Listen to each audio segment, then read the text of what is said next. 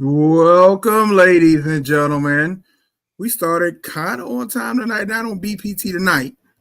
This is the Sideline Junkies Tuesday night flight. Brought to you by the Sideline Junkies Podcast Network and Clear Production Sports. If you haven't noticed, we got a fourth square here. This ain't Hollywood Squares. We got Jack Carr with us for Joe the Fan tonight. Welcome, Jack. Thank you for having me.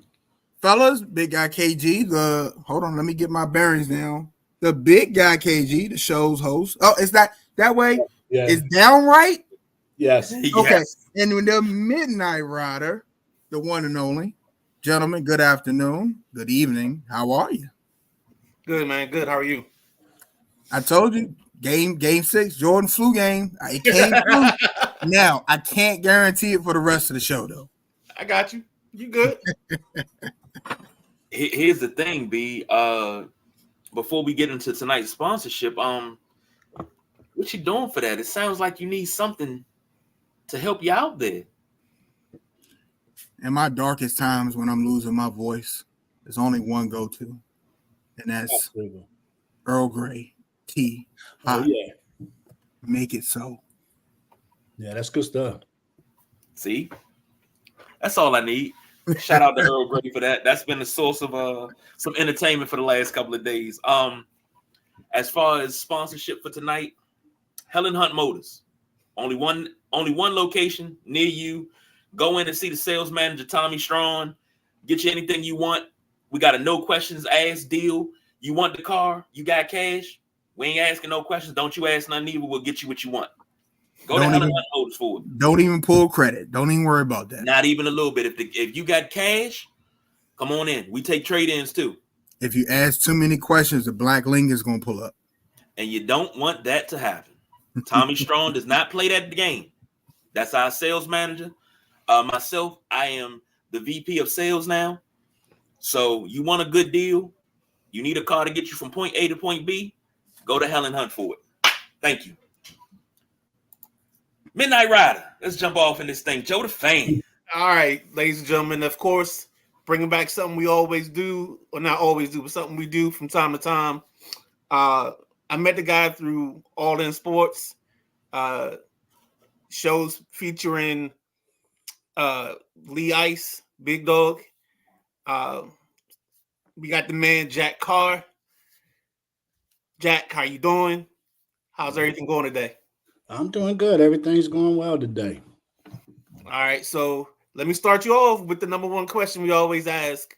I normally get this order backwards, but it doesn't matter because they both get to the same destination. All right. Let's talk about your first sports memory. Let's talk about that. So what's like your first memory of sports? Now, I know you might have to go through some scrolls or whatever, but take your time, man. Yeah, no. I mean, my dad was a big sports guy. Played in the Washington, D.C. Police Boys Club. Played all basketball, baseball, football. He probably could have played some pro ball if he didn't get drafted. He played ball when he was in the Army. And then when he got released from his duties, ball wasn't a choice. You know, he had to go to work. He had a single mom with 6 kids. So he went home and worked for the family and ended up being a ball coach and coached me as well. And then he used to work at Redskin games at RFK. And that's probably one of my first sports memories was going to RFK with my dad to watch him play back then the St. Louis Cardinals. And it was a muddy game. And, you know, the kids loved that. I used to love playing in the mud. Kids nowadays ain't going to know how to play in the mud with all this turf they got. It's a shame. It's a shame. You're going to have more fun than playing football in the mud. And so, you know, he would take me there, and we were a stone's throw from College Park. So I was always up on campus, either a basketball game, baseball, football game, going to a camp, stuff like that.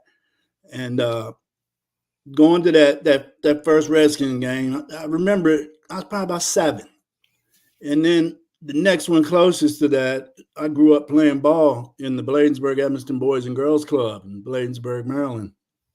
And it was a family thing for me. My uncle was the president. My dad was the commissioner. My mother was the registration. My aunt worked the snack bar. I mean, the whole club was my family. So I got to say, my first memory of being a ball player got to be there. And I think it was somewhere in 1978, 65-pound football championship played up at Prince George's County Sports Park on Lotsford Road. I remember that like yesterday, man. And my best friend was the quarterback, who I still talk to today. And that was probably my first big excitement in sports, was that 65-pound championship. And playing for Blainsburg Boys Club, we went on to win many championships in a lot of different sports. It was fun being on the winning side of things. Big guy. So you said something that warmed my heart when you said Bladensburg. I spent 14 years of my life on that side of town. Okay. So, all right.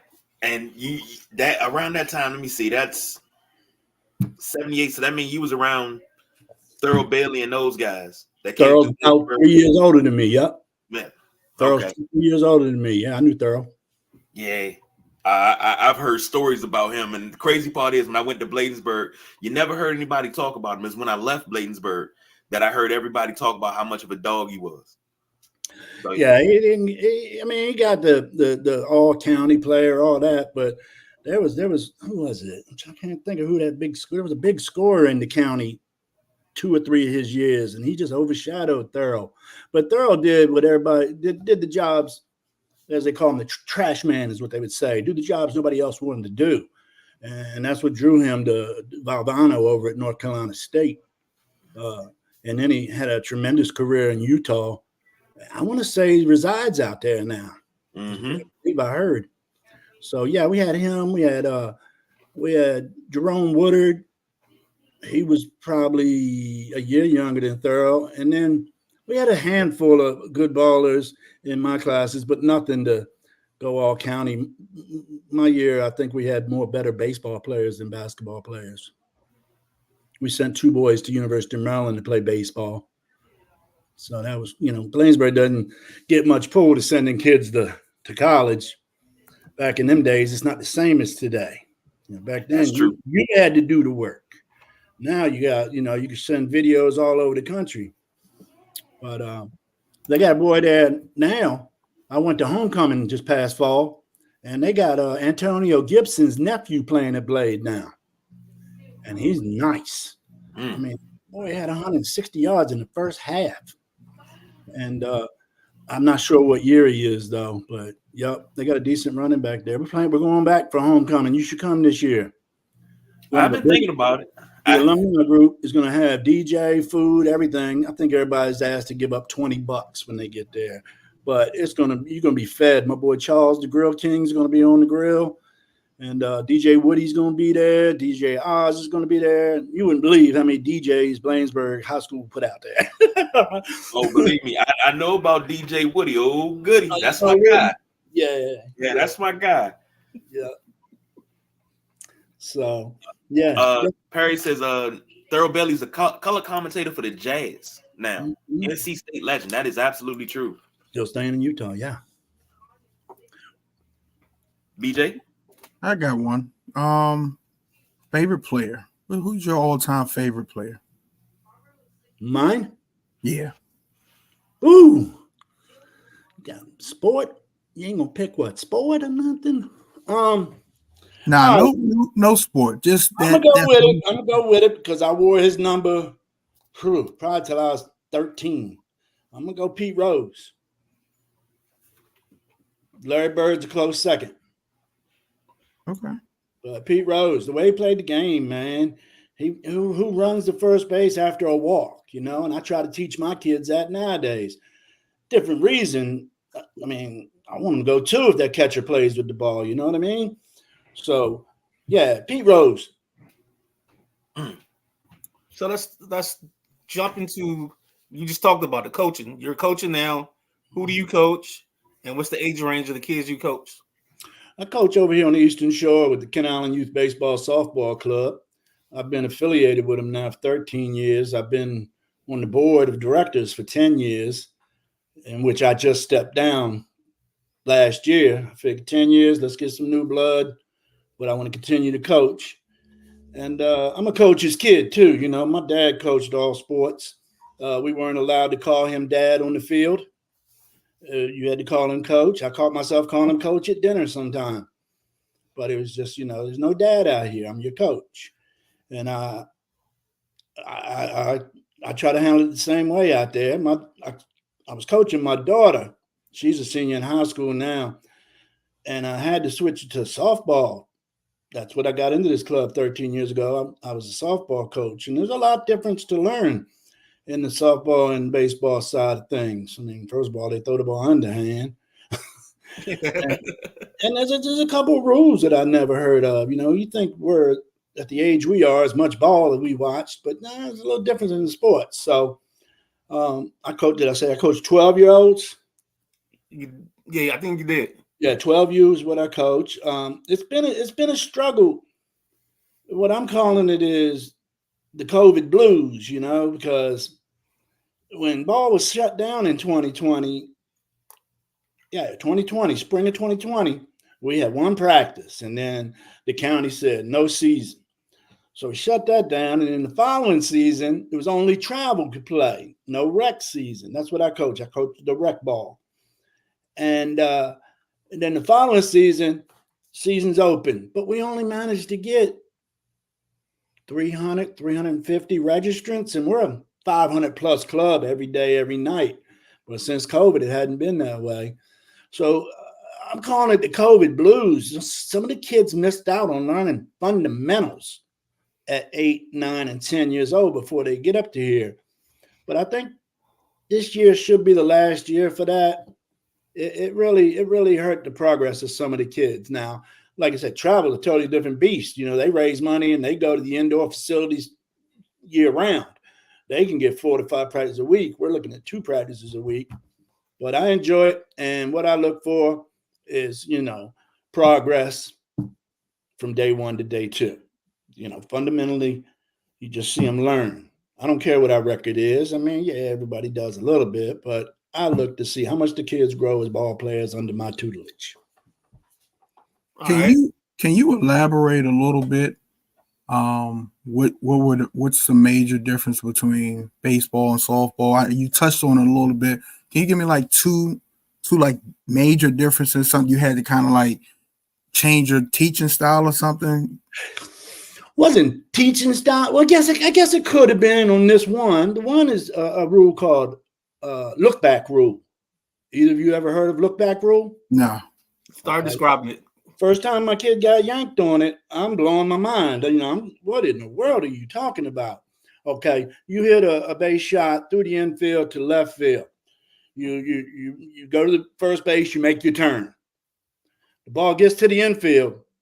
That player has a split second. They either got to decide, am I going back to first or am I proceeding to second? You cannot stand still. You cannot juke. You have a split second. You hit it. It's in the infield. Am I going back? Am I going to second? That's called the look back. Okay. Never heard of it. Let me think of something else.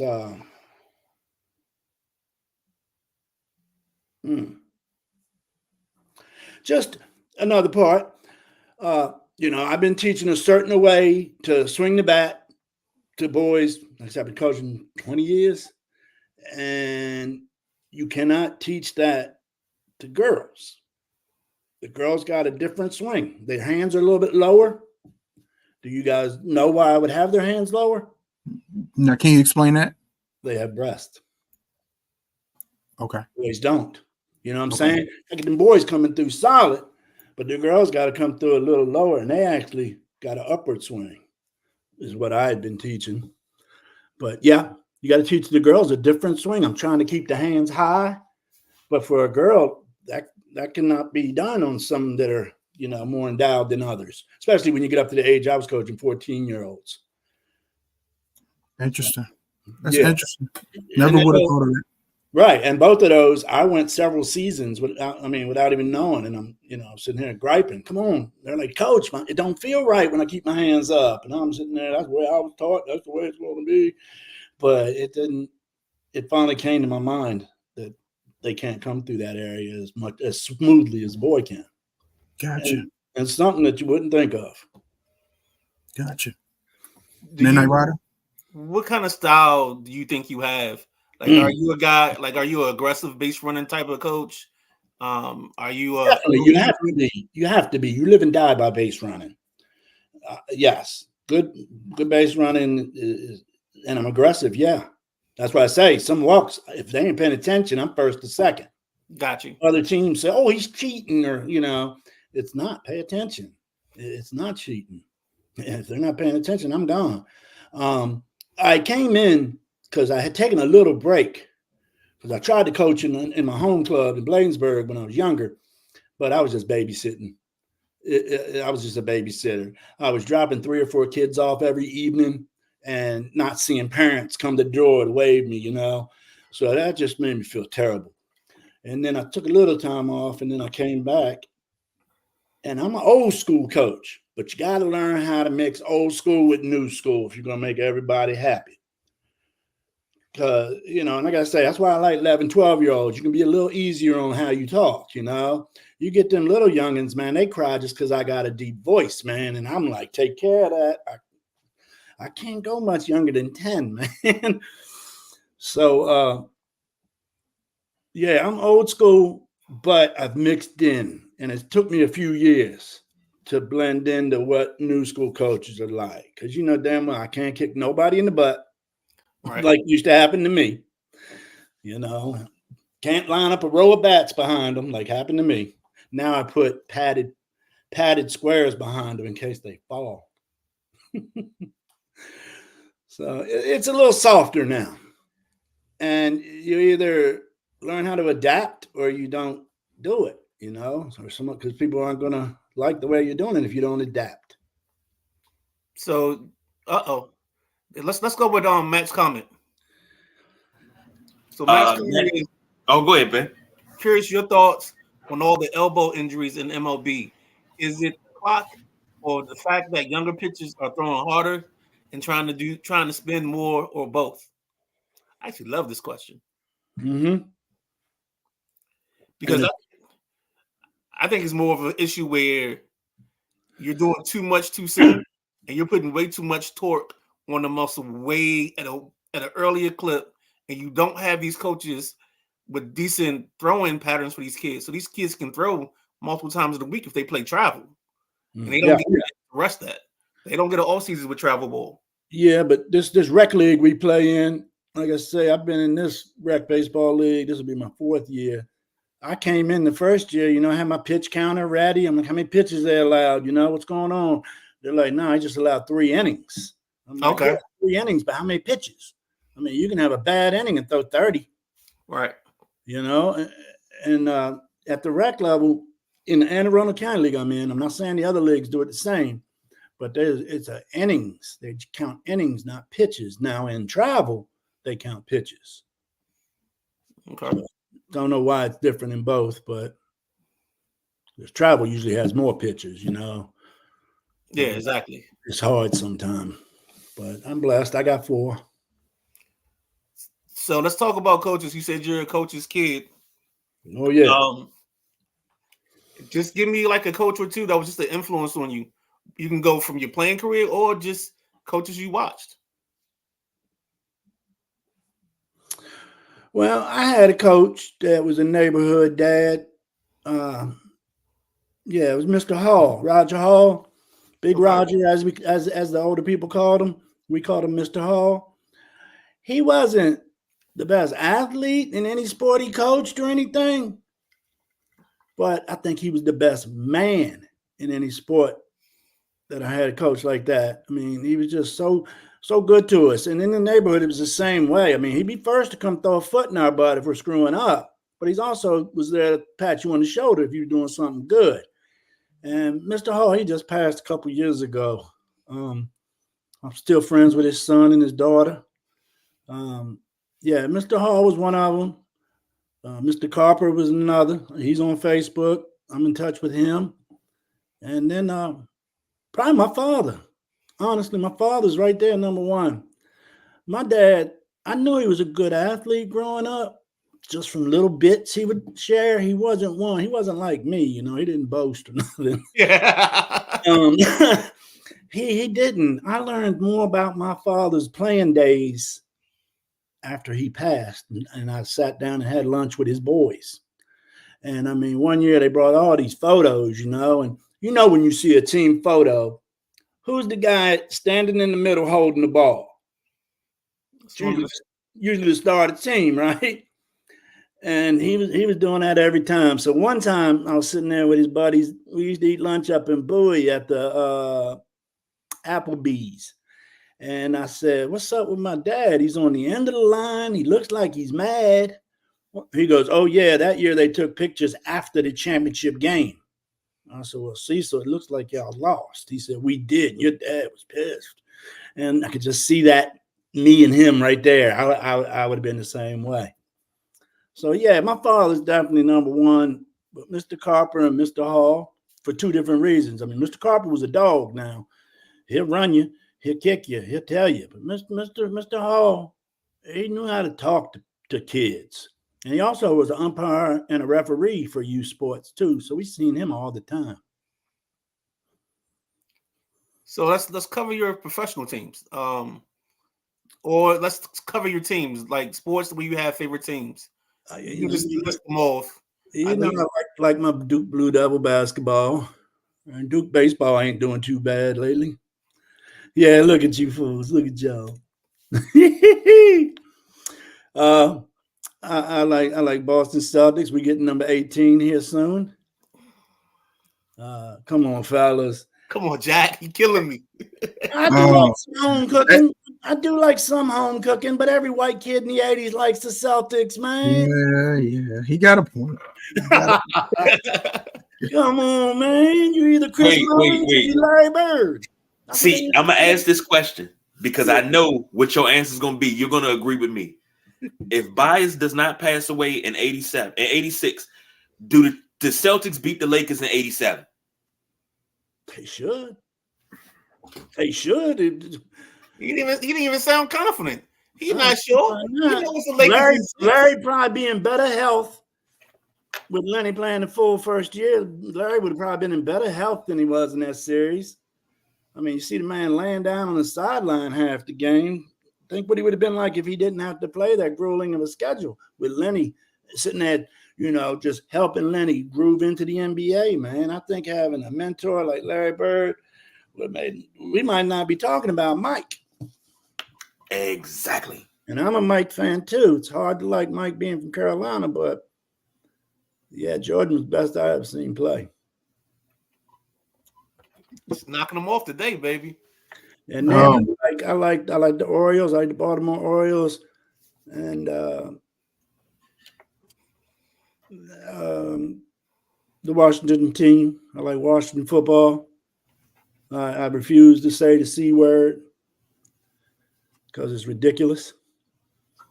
And hell, I call them Washington Skins. That's what they are. And hockey, I don't mess around with hockey too much till playoff hockey. I know hockey like playoff hockey. I like the Caps. Speaking of which, real quick update. Caps 2, Rangers 2, 12 minutes left in the second period. It looks like the Caps are – oh, no, this is 5-on-5. Never mind. I thought they were on a power play. Where are they at in the series? I didn't even see. Is this the first? This is game 2. This is game 2 of the series. And we lost up 1-0. Yeah. And in football, I also was a little bit of a Cleveland Browns fan back in the 80s, 70s, 80s, because my Bladensburg team, we didn't have no decal on our helmet. So I was watching football with my dad. I'm like, who's that? He's like, Cleveland Browns. I was like, I like that. They don't have no sticker like we don't have a sticker. So I followed them through like the Brian Sipes, the Pruitts, through them days. Yeah, and I cheered for them this year in the last couple of years. They're putting something together there finally. I like what's his name? Stamowski, the coach. Stamowski, yeah. I like that cat. You might be one of the only few people that do, because when I tell you, the Cleveland Browns and the Redskins during that time period, 70s, 80s, they were so similar. The Redskins had the Hogs. The Browns had the Dogs. Mm-hmm. And, I mean, they were diehard fans. I saw a lot of similarities in the Redskins and the Cleveland Browns back in them days. You still see it now. I mean, Cleveland's got what 30 quarterbacks in like the last 20 some odd years, and the Commanders got about 20 themselves. Yeah. So And they Baker's keeping that balling in tradition. Tampa Bay. Yeah, and then what's the other one they both do? Okay. The radio. When they were on the radio shows, I mean, everybody calls and they hate the coach and they love the backup. We'll see Thursday. I am really curious to see what goes down in first 5 picks Thursday. Speaking of Thursday, the NFL draft. Thursday. Was it 8 p.m.? 8 p.m. 8 p.m. Yeah. 8 p.m. Let's talk about those first 5. Give us your mock first 5. We got some music. You want to read first 5? Yeah, what you think? How you think the first 5 is going to go? You don't like this. I'm gonna say Caleb. JJ, he's gonna go to the Skins, I believe. I do believe that. I think they're gonna shake it up, man. And they're not too happy with Jalen anyway, because Jalen's pitching a gripe because the Washington team invited more quarterbacks than just him. Have you guys heard that? I did. Yeah, I got wind of that. I don't get it. Why are you mad? I mean, I guess maybe in his mind he thought he was a lock, but yeah, I think they're gonna go with JJ McCarthy. Can you because we talked about this a little bit Saturday. Mm-hmm. Talk me through your JJ McCarthy. Like, what do you like about him? What makes you think it's gonna happen? He's a big guy. Okay. I think he's great in the pocket. He has good footwork back there. I think that was a nice ball. Yeah, totally. I think I don't want to dual threat. There's too many more chances to be injured playing dual threat. See, I was going to say I listened to an interview, and if you haven't had a chance, I think Schlereth is on with Doc and Chris Russell today on the show, and they got it on the podcast. They got it earmarked, but Schlereth said something that I picked up from him last year, where you talk about being under center, having a quarterback that doesn't have to look over to the sideline and look at the pictures to get the next play. Like, McCarthy's a guy that can call his own plays, control the game. He can run out of a 2x2, a 2x3, whatever the different set formations are. He's used to that type of thing, and he's used to being under center. And if you heard me talk about C.J. Stroud last year, like, the fact that he's under center helps him with his footwork and gets his feet married up with the passing game. So I heard that today, and I was like, maybe I'm going to like McCarthy more. I'm still not Sodia. I'm still a Daniels guy. But, like, I'm getting some reasons to actually start consider J.J. McCarthy. Well, I think Daniels is going to go to New England. See, and I got McCarthy going to New England. So I got Caleb, Daniels, McCarthy. We just flip on that. Right. And then Arizona's going to grab one of them wide receivers. I would get Odunze, but I think they're going to go after the boy from the Colts' son, Harrison Jr. You're not the first one to say Odunze either. A lot of people I love him, man. Been flipping on not flipping on Marvin Harrison Jr., but a lot of people like Odunze. Yeah, and you got neighbors too over at LSU. That boy fast. But yeah, they're going to be interesting. I think Neighbors goes next at 5 to the Chargers, because the Chargers have to get something on the outside. And they can start bringing that money down. Yeah, that's what I was thinking. The Chargers are going to get one of them wide receivers as well. I just don't know which one. Dunze might fit in better in LA. I mean, he's West Coast. They do like taller receivers, so he could be if his comp is like, if they're comping him and they comp him to like a Keenan Allen, then that would be the perfect fit to send him to Los Angeles. I don't know why I keep saying San Diego. Right. So I think Odunze and Penix have been underrated this whole time. I just don't understand how with Penix, everybody forgets the Indiana tape, and like they make it seem like he's not a mobile quarterback. The dude is a heck of an athlete. Trying to judge him for that bowl game they lost. Right. Right. Doing 2 games out of he's been rolling good for 2 seasons now. And they got this Tulane quarterback rated higher than Penix. That's ridiculous. Is that correct? I don't even know who he is. Yes, Michael Pratt, 6'3", 220. I'm gonna throw this little fuzzball in here. Do y'all think that Jim Harbaugh is throwing a curveball to put JJ in that top 4 so what he wants comes to the Chargers? Is he throwing a curveball? No, I think Of course. I think we said it before. I think this is partly some of that Brock Purdy effect, where you're going to find you a guy that's just good all around, can do all the little things. And I think that's why the coaches love him. The coaches love him because you put him on the whiteboard and you give him a play. And I'm telling you right now, because he played with Harbaugh, he's going to know most of the concepts that you throw at him. And I get that. I'm just, where's his ceiling at? Is he coming into the league and he's going to reach his peak at the end of the year, and that's it for him? Whatever you get, however ready he is, that's it for him, versus a higher ceiling for Daniels or Drake May?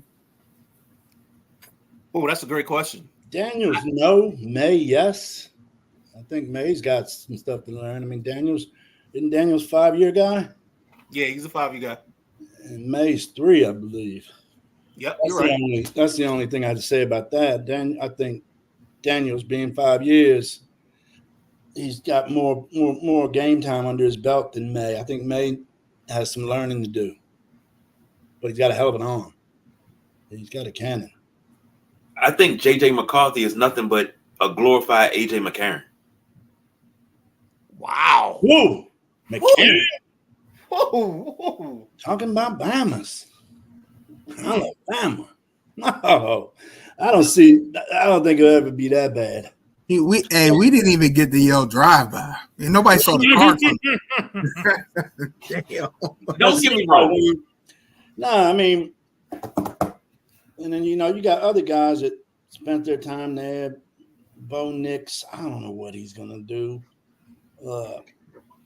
I think Bo Nix will be a guy that's going to end up being in the league for 10 years. He's got high completion percentage. His completion percentage for the last 2 years is plus 74%. That's yeah, but when you're throwing a lot of bubbles, thinking, yeah.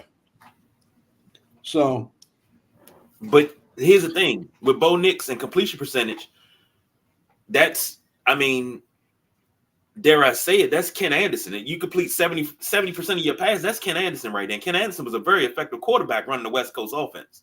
mm-hmm. Yeah, but Ken Anderson wasn't throwing bubble screens But left and right. He was throwing quick slants.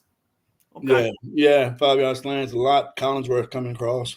Yeah, because remember, they started running the West Coast offense. That's where it was invented at. Yeah, and San Diego ran it too after that. Get to a couple comments real quick. Matt said, you guys going live for the draft? That would be awesome. I'm not privy to Thursday activity just yet, so yes, we're going live every year. That's a yearly tradition. We are going live. They got the draft party down at the casino on the Potomac. Ooh. Yeah, man, that football team in Washington. Matt giving an update. Rangers scoring a soft penalty call on the power play. 3-2 Rangers. Come on, Capitals. Caps, CAPS. Jeez. I don't think the Caps got it this year. What seed did they come into the playoffs as? They were the last team in. That's what I thought. They were 8. Yeah, this hasn't been a bunch of hoopla with the Caps this year. I don't think they're going to stay too long. Really about to get in a fight. I think this is a good year for the Caps because they got a lot of young guys up and got a lot of young guys to play. So they don't have to be concerned like going forward. They've kind of answered some of those questions. It's a good year to get some experience. Yeah, exactly. Yeah. I think that was what I was worried about. It's like, are you concerned about one and done out of the playoffs or building the future? You get maybe some vets out, maybe, or some guys that can be on loan for another playoff team to help them and get some capital back. But we'll see how they do it. It's not over yet. Well, None. they get to free up some money in free agency because they got a couple guys coming off of the books, and then they've got a bunch of draft picks, so they've got the draft capital to move around to make things work. So they could definitely have an influx of adding a couple guys, like move Connor McMichael down to the second line, probably where he's more natural fit, instead of on the first line where he replaced Backstrom. So they got some options. Mm-hmm. Matty Ice has a lot of injuries on their D2 right now. Yeah, they got two guys out. They did morning skate, but they had the non-contact jerseys on. They're hoping they can get them back for what was it, Sunday? No, Friday. For Friday. Oh, we got a hot stick. That might not be good. Let me ask a question since we're talking draft. Now we talking about what happened in Washington, and Jaden Daniels upset that they brung more than one quarterback in. Have these kids become too soft?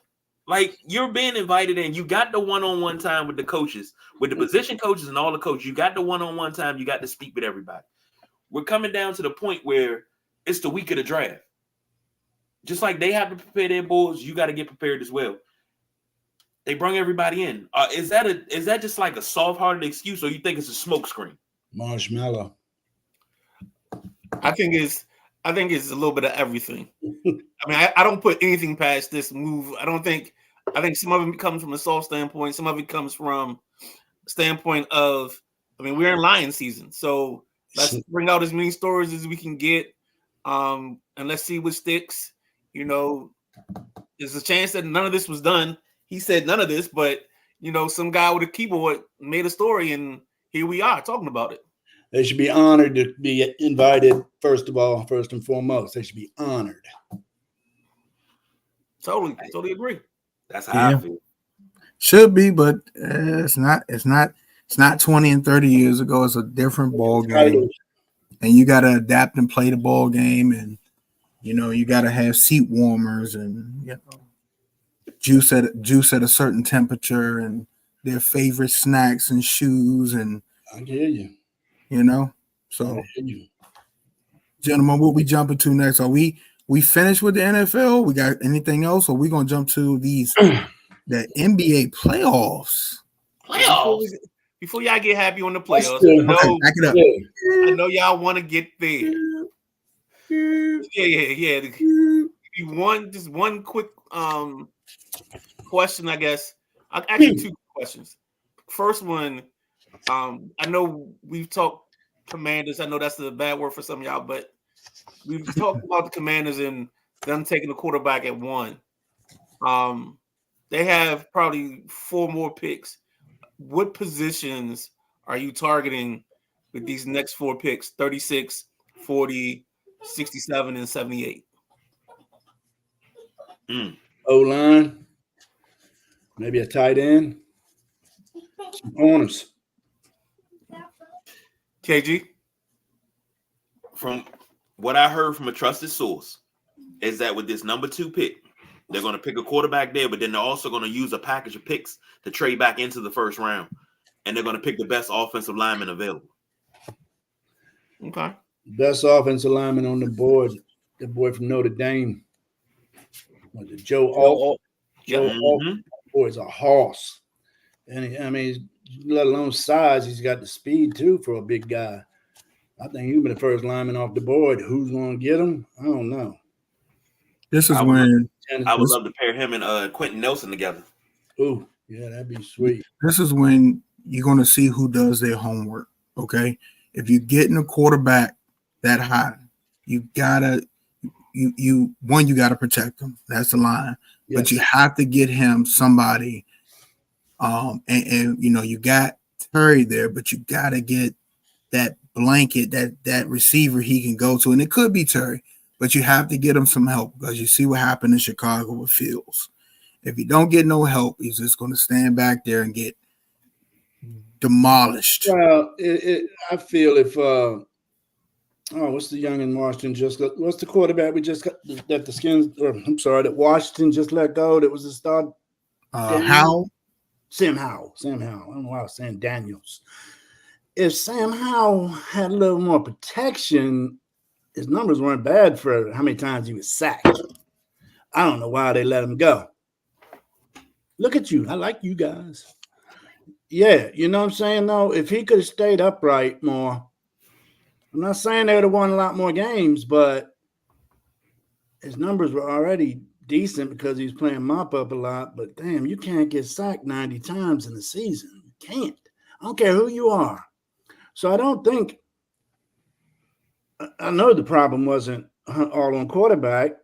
Majority of the problem was on our line, and it was injured too. Mm-hmm. So, yeah, I think get the quarterback you want now because you need one. I don't feel they needed a quarterback. But when you get new ownership, shaking things up, sometimes they want to get their guy. And, you know, so they got to get line. They did good in the free agency. Don't get me wrong. They got that boy from the Cowboys, nice, plays center and guard. Mm-hmm. They got another lineman. They've done well so far. Let's hope Washington doesn't screw it up in the draft. And that's why I was saying homework, because you can go get that guy, tight end, wide receiver, after you address your quarterback, you address offensive line. You can go get that guy if you've been doing your homework and you know who's there. Maybe call Mike Tomlin. He got a good thing for receivers. But if you find somebody else that can really help this offense move once you solidify the quarterback and the offensive line, I think this team, instead of taking a baby step, they'll take a little leap forward. Yeah, they need to. They really do. Not just for the fans, just for the franchise in general. They need to take a leap, man. It's been an ugly almost 30 years. Yep. Absolutely. So they can get a playmaker in the third, fourth round. Absolutely. So easily. They're not going to get none of the top four playmakers. That's just done. You're not getting them. But I like that boy Brock Bowers from Georgia. He's not a big tight end, but he can play the slot. He can play outside, and he can block for a smaller tight end. And his hands are money. And then Jatavion Sanders over at Texas is nice too. I like. Now you're talking. I know. I mean, I'll try to figure it out.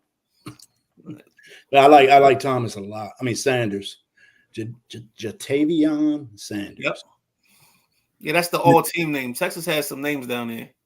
But another kid that's kind of on the radar in that third round is a kid named Malachi Corley, wide receiver, and like Ricky Pearsall from Florida. That's another kid I like. So it's some guys out there. You can get your wide receiver in a little bit. I think the part I'm gonna be curious about is if they don't make the move up, and they're in that early range, like a guy like a Kool-Aid McKinstry, who we thought may go late first. His name. Huh? I love his name, man. Mm-hmm. He's a guy that he looks to be dropping into the second tier of DBs, so he could be there. There's a kid named, I think it's TC or TJ Tampa from Iowa State. So there's some guys there in like that second, third round that might be an option. And quick update, Rangers score 4-2 now. Dang it. Minutes left in the second. Yeah, it's a bad turnover.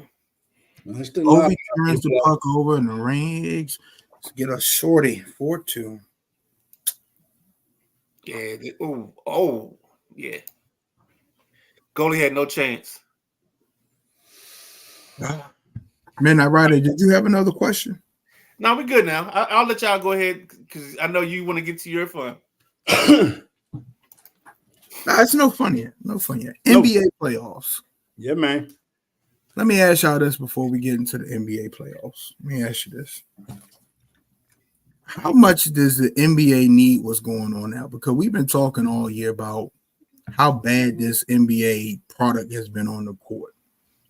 But right now, between Anthony Edwards and Jalen Brunson and Jamal Murray hitting the shot last night, this is must-see TV right now.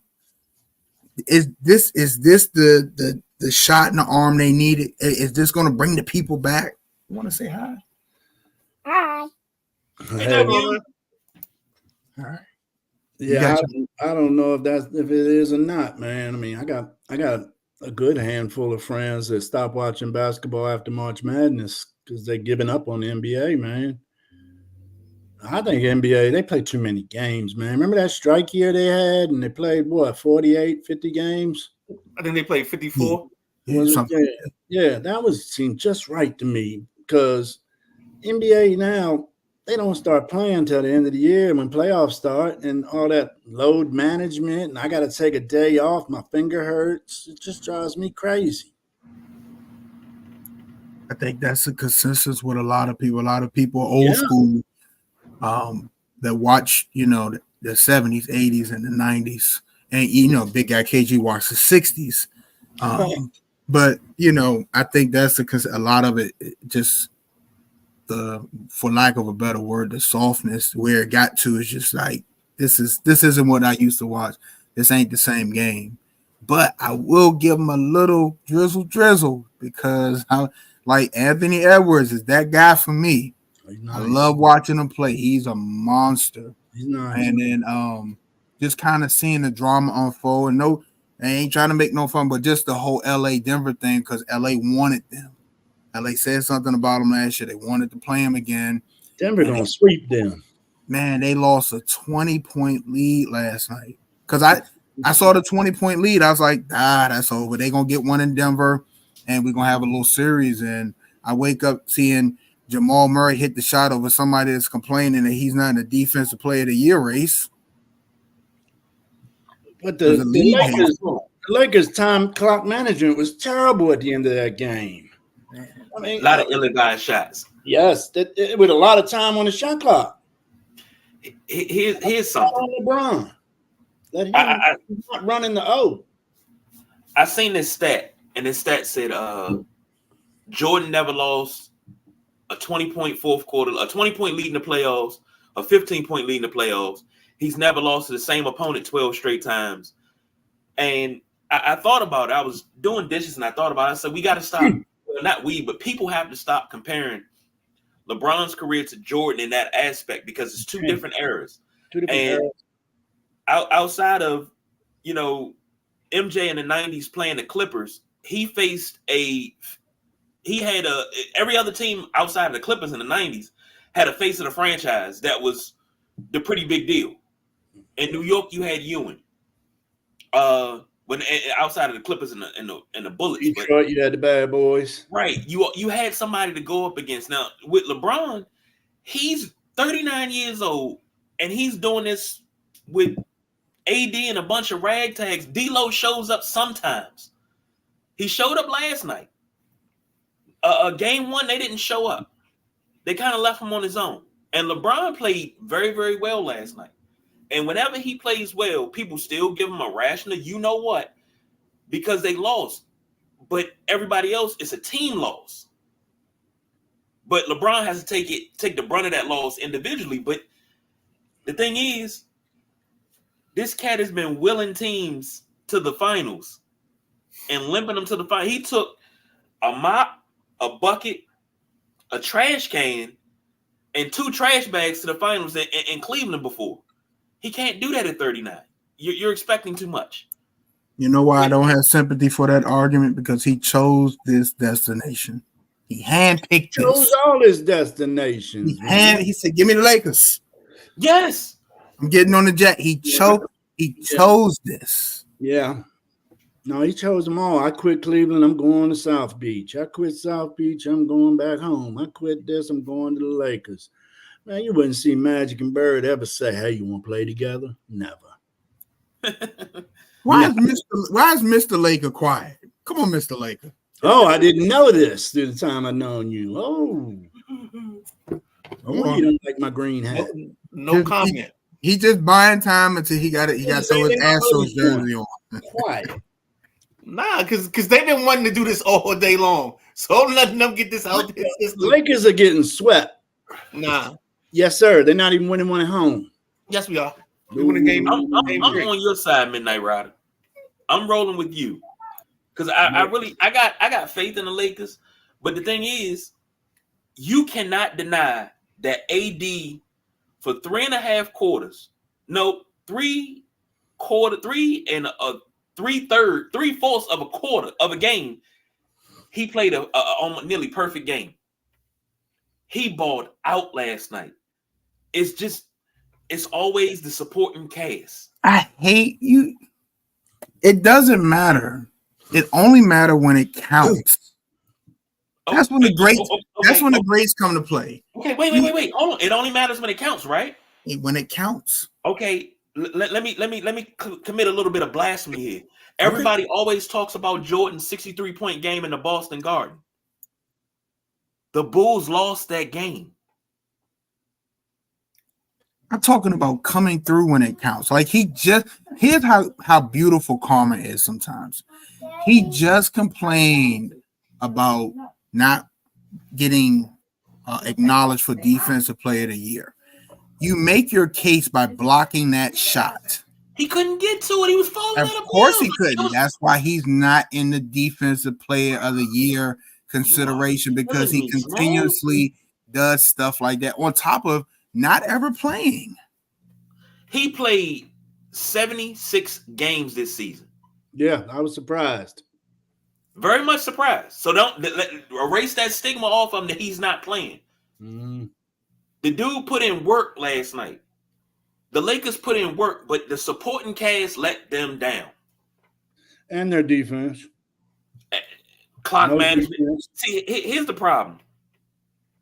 They don't have normally, great coaches, Chuck Daly, Phil Jackson, Red Auerbach. You go to a shorter bench when you come to the playoffs.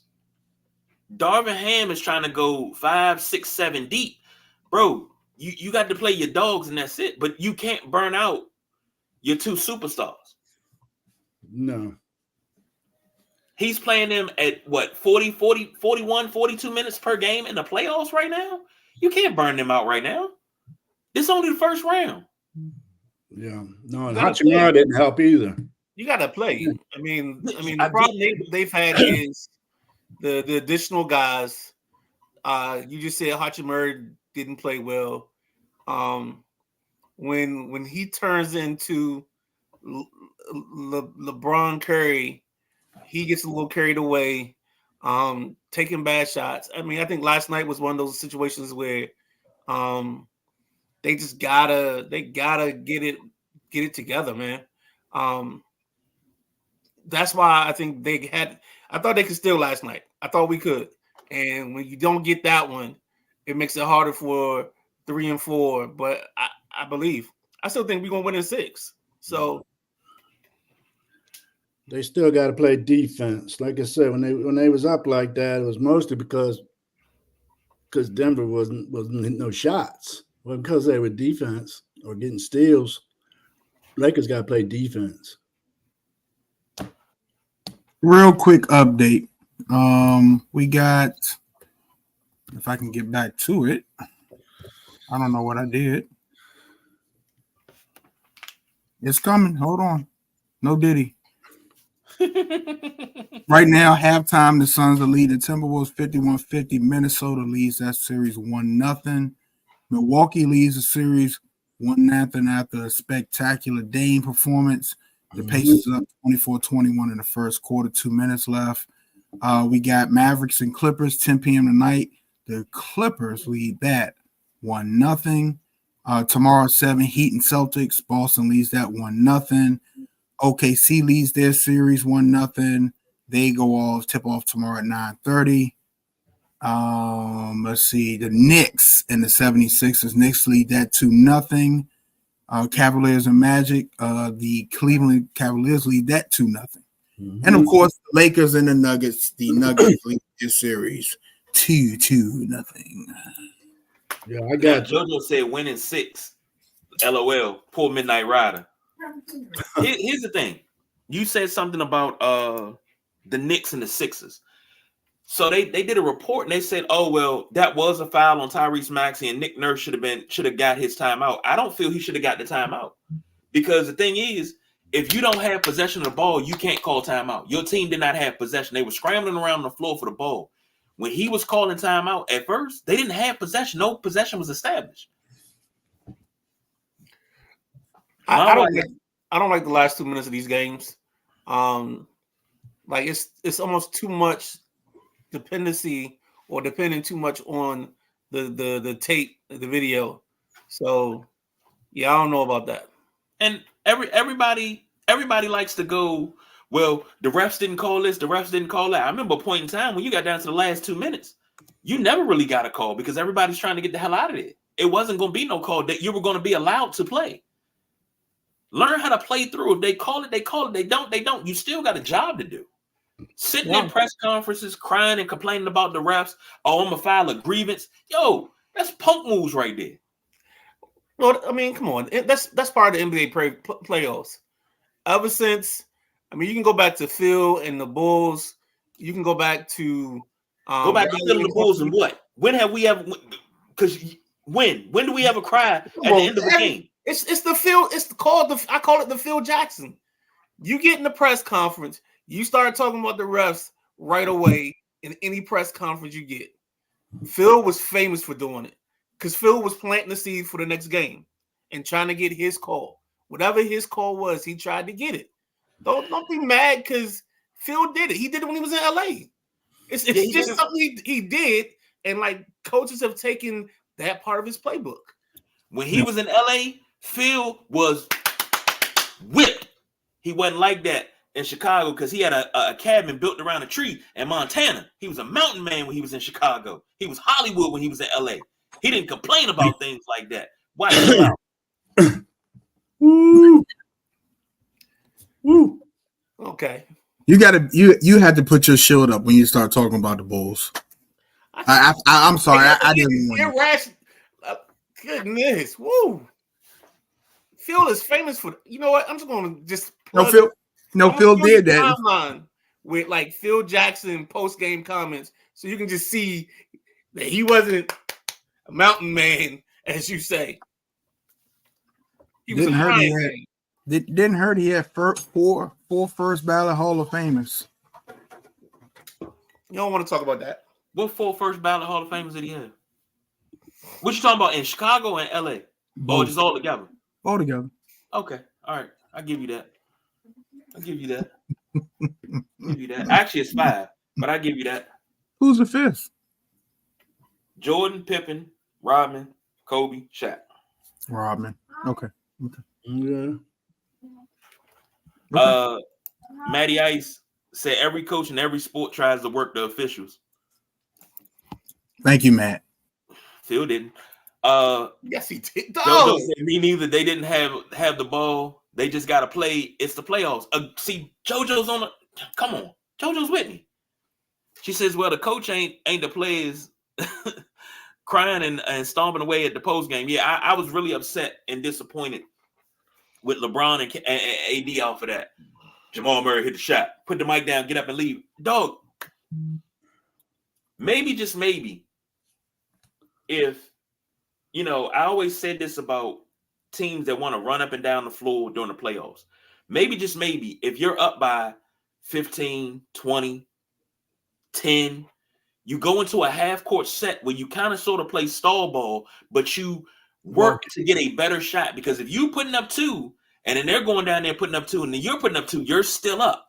Because the object of the game is to score more points than the other team. That's the object. Unless you're the Lakers and you're up 20.